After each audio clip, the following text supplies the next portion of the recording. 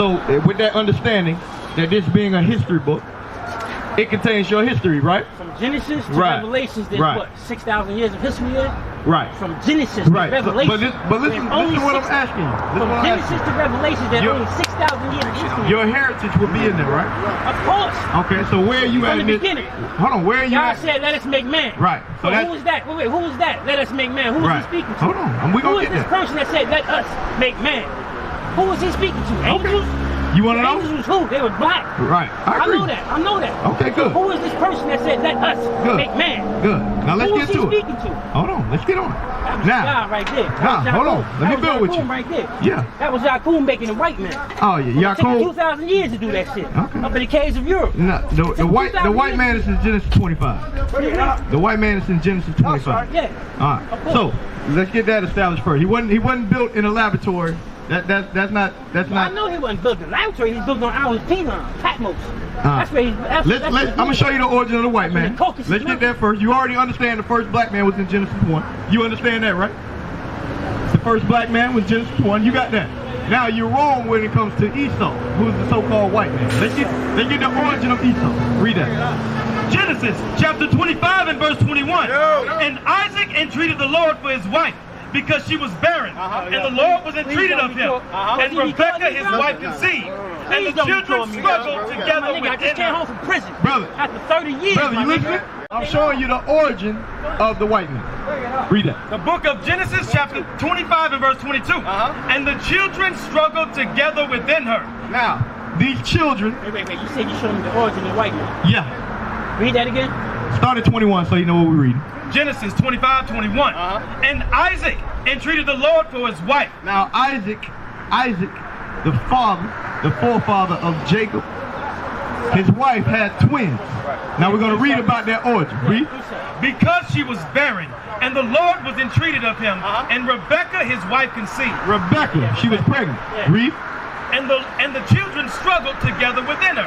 And he said, he had his hand on his "If it be so, why am I thus?" And she went to inquire of the Lord. And the Lord said unto her, 2 nations are in thy womb. Now Genesis means what? Genesis means what? Genesis, what does that mean? Genesis is the beginning. There you go, the beginning. So this is the beginning of nations. These 2 children that are in her womb, these are 2 nations that are being born. Wait. Read. You said it's the beginning of nations? Yes, of nations. That was who? Esau and Jacob? Yes, Jacob and Esau. Who was before Jacob? Who was before them 2? You had a lot of nations when you go to Genesis 10. Moses was here before them, right? Yeah. Alright, so how was that beginning of nations? Well, no. Moses wasn't before Jacob and Esau, no. Moses is a descendant of Jacob. Read. And the Lord said unto her, 2 nations are in thy womb, and 2 manner of people shall be separated from thy bowels. Now, hold on. There's 2 manner of people being born here, out of the seed of, out of the seed of Isaac. Right. You understand? I understand. Now, let's listen to these attributes. Read. And the one people shall be stronger than the other people, and the elder shall serve the younger. Now, amongst these 2 nations, you had Jacob, who has become Israel, the 12 tribes of Israel. Yeah. Then you had Esau, which is the progenitor of the white races. All right, read. Verse 24. And when her days were to be delivered were fulfilled, behold, there were twins in her womb. Now, there were twins. Yeah, absolutely. There were twins in her womb. You listening, brother? Brother right here, you listening? There were twins in her womb. Read. And the first came out red. The first what? Came out red. The first came out what? Came out red. Now, when you look at a so-called white man, is he white or is he red? Jacob, Esau. Huh? Esau was the first one, right? He red, right? What do we call him down here in the South? What do we call a white man? That's country. They got a flag on his car. What do you call him? A red what? No, we call a redneck. No. You ever heard that? Oh, we you call ever heard that term before? We call the white man the devil. Right, that too. Wait, That too. Wait, hold on. Every last one of them. Absolutely. Right, so, but you call him a redneck because he's red. He's not white. Red, read. Blue. And the first came out red. He came out what? Came out red. All over like a hairy garment. And he was red and hairy. Yes, Esau. Who's that today? The so-called white man. Read. Right. And they called his name Esau. And after that came his brother out, and his hand took hold on Esau's ear. Now this is the question. Why didn't it describe what Jacob looked like? Why didn't it describe it? Yeah, why didn't it give a description? That's a good question. I'm going to tell you why. Because he looked like everybody else. That's right. He looked like everybody else. Because in Genesis 1, they all knew they were built like God. This man came out different than everybody else. Because he was different. He was not of the chosen line. That's right. You understand that? Now, that's the origin of the so-called white man. Now, I wanted to show you your history in the Bible. I wanted to show you your history in the Bible. According to the scriptures, we are the 12 tribes of the nation of Israel. That's right. That's what's not being taught by Muhammad. What's your boy name? Elijah Muhammad. That's what's not being taught by the nation of Islam. They don't know their origin of who they are according to the scriptures. No, I'm not disrespecting you. I'm just telling you the truth. Wait. If you say that, that's a slap in the face of Elijah. How? Saying that they don't know who they are. No, I didn't say they didn't know. I said they're not teaching it. He knows. He is teaching. They're teaching the truth. What's your nationality? They just asked me that question. What is it? I said black. You don't know. Now, I'm going to show you. I'm not. I can say you don't know your origin. But I can prove you what our origin is. That's the difference. Wait. See, according to your belief, according to you. The Bible. You said the Bible was a history book, right? Yeah, I'm saying, but that's your interpretation. No, it's not an interpretation. Now, let's go into it. Deuteronomy 28. Let's start at verse 15. Now, my man, I want to build with you because you said black. I want to show you we are black, but we're bigger than black. I gotta take a shower. Your origin is bigger than just a color in a crayon box. I know that. All right. Well, let's hear about it. Deuteronomy 28:15. So, you know the story of Moses leading the children of Israel out of Egypt. Yeah. A little bit. How about you, my man? Some say that never even happened. Right. You know that story? Now, when they were delivered, listen. When they were delivered out of Egypt, the Most High gave Moses to give the children of Israel two options. He said, you can keep my commandments, I'll make you a blessed and high nation. Or you cannot keep my commandments, and I'm going to place curses upon you as a people. Now we're going to read that out of the Bible. And what we're going to do is we're going to do a process of elimination. We're going to see, did our people go through the curses that are written in the scriptures? If so, we are indeed those same people that Moses spoke to. Right. You understand? If that did not happen to us, then we aren't the people of the book. That makes sense? Read. Deuteronomy chapter 28 and verse 15. But it shall come to pass, if thou wilt not hearken unto the voice of the Lord thy God, to observe to do all his commandments and his statutes, which I command thee this day, that all these curses shall come upon thee and overtake thee. So if we did not keep the commandments that God gave us, he was going to place curses upon us. You heard that, right? Now let's read one of these curses, and I want y'all to tell me, who did this curse happen to? Deuteronomy 28:68. Let's get it. Deuteronomy chapter 28 and verse 68. And the Lord shall bring thee into Egypt again. Now, you said some people may say that the Bible's not real, or some of these things didn't happen. Now, read that part again. And the Lord shall bring thee into Egypt again. So, Moses, the Most High God told him, no, that one right there, grab that one. He said, my man, he said, I was going to bring you into Egypt again, read, with ships. With what? With ships. Now, a lot of people like to argue that the Bible's not a real book. Now, I want you to look at this, and I want you to go from your historical references. A lot of you know what the transatlantic slave trade is? You know what the transatlantic slave trade is? When we were brought over here? 1619? Right.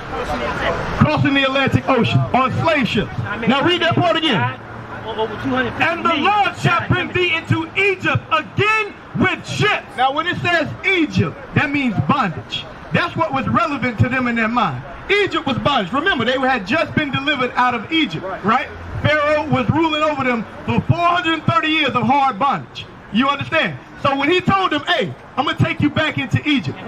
He wasn't talking about, Moses under the guise of the Most High. The Most High used him. Now, he said, when I'm going to take you back into Egypt, they understood that context as slavery. You understand? But he said, I'm going to do it different. He said, I'm going to take you back into Egypt, what? With ships. With what? With ships. Now, this was never done with ships until 1619. Now, hold on. Now, as you see right here, you see this illustration, brother? You see the slave ships? You see that? The cargo slave ships with us locked up? chained together, this happened for a series of over 400 years. Right. From the 1400s all the way up until 1865, and they kept bringing them all the way up into the 1880s. All right, with the slave ship Clotilda that went into Mobile, Alabama. That was the last one recorded. So this history is biblical and factual. Right. This is proving that the Bible is a true book. You can't debunk it. That is not of anybody's private interpretation. That is fact. That's why I told you, when you say that that's of my interpretation, that's not true. There's no other way to interpret the history of over 200 million people being taken from the shores of Africa. Right. Would you agree with that? Yes, would you agree with that? Now, read it again. We're going to finish that scripture. And the Lord shall bring thee into Egypt again with ships by the way whereof I spake unto thee. Thou shalt see it no more again. Now, since we were brought over to this side of the earth, what they call the New World, have those 200 million people made it back to this side of the earth yet? Have we made it back? You ever been to Africa? Egypt? Jerusalem? You ever been to Africa? Egypt? Jerusalem? Mentally, yeah. Physically, have you went back? No. I haven't either. And our brothers haven't either. Read. I'm going to show you why though. Thou shalt see it no more again. God says, as a nation, we would not see it again. Read. And there ye shall be sold. So once we got off those slave ships, we were sold. Right here you see, this is a bill of sale at a slave auction. We were to be sold to who though? Unto your enemy. Unto who? Your enemy. Now, this is my question, my brother. My brother, who were we sold to when we got over here to America? Who do you think we sold to? The devil, man. Who? Who bought and sold us? What do you think? You already know. That's everybody know that. Who? White man. The white man. That's right. So God, what did God call the white man according to the Bible? That again? What did God call the white man according to the Bible? Bible. Because he just said, I'm going to sell them unto your enemies. What did he call them? Or what? Read it again. And there ye shall be sold unto your enemies. What did God call them? Our enemies. That's right. God says that the so-called white man, the so-called Caucasian man, is your enemy. That's right. That's what God said. So when you wonder, why would he put his knee on my neck, on my brother's neck for 8 minutes until he dies? Because he's your enemy. When you wonder, why would he release a virus that kills millions of our people? It's because it's our enemy. When you wonder, why are they pushing a vaccine only in black and Hispanic and Native American communities when they have no scientific facts behind it? It's because that's your enemy. When they say, why would they not give the black family aid, but they'll let the black woman without the man receive aid? Because he's your enemy. Why would he not give you reparations for over 400 years?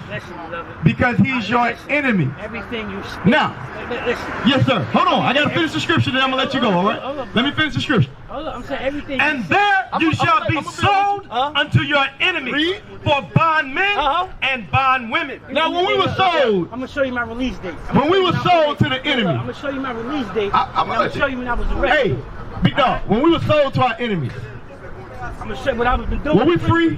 Were we on the plantations free? Baiting months, No. cats, Nation of Islam, Read. African National Pen, and yeah, all day long, bro. And there ye shall be sold unto your enemies for bondmen and bondwomen, and no man shall buy you. And what? No man shall buy you. The word buy there means redeem you. Who redeemed us out of this situation? Did Django show up on the plantations and free us? No. Nobody got us out of this condition. The condition that we're in today, did Barack Obama get us out of the hoods and ghettos? Did Trump get us out of the hood and ghettos? Did Biden get us out of the hood and ghettos? No. We are still in a condition of servitude, of slavery. And what was the results of that, my brother? What changed in the black and Hispanic community after 1 million black men came together? What changed? Did it prevent Trayvon Martin? Did it prevent Tamir Rice? Did it prevent Sandra Bland? Did it educate blacks and Hispanics on who they are according to the Bible? Did it give us solutions to the problems that are plaguing our community? It did not. Now you ain't gonna let me Go ahead. Tell me what came out of it. Go ahead. You got the floor, boss. What do you do?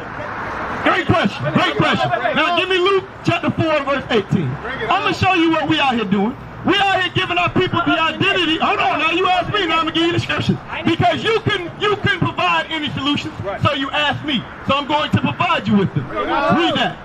The book of Luke, chapter 4 and verse 18. The Spirit of the Lord is upon me. No, the Spirit of the, I already gave you a chance, you didn't have one. The Spirit of the Lord is upon our brothers and sisters out here. Read. Because he hath anointed me to preach the gospel to the poor.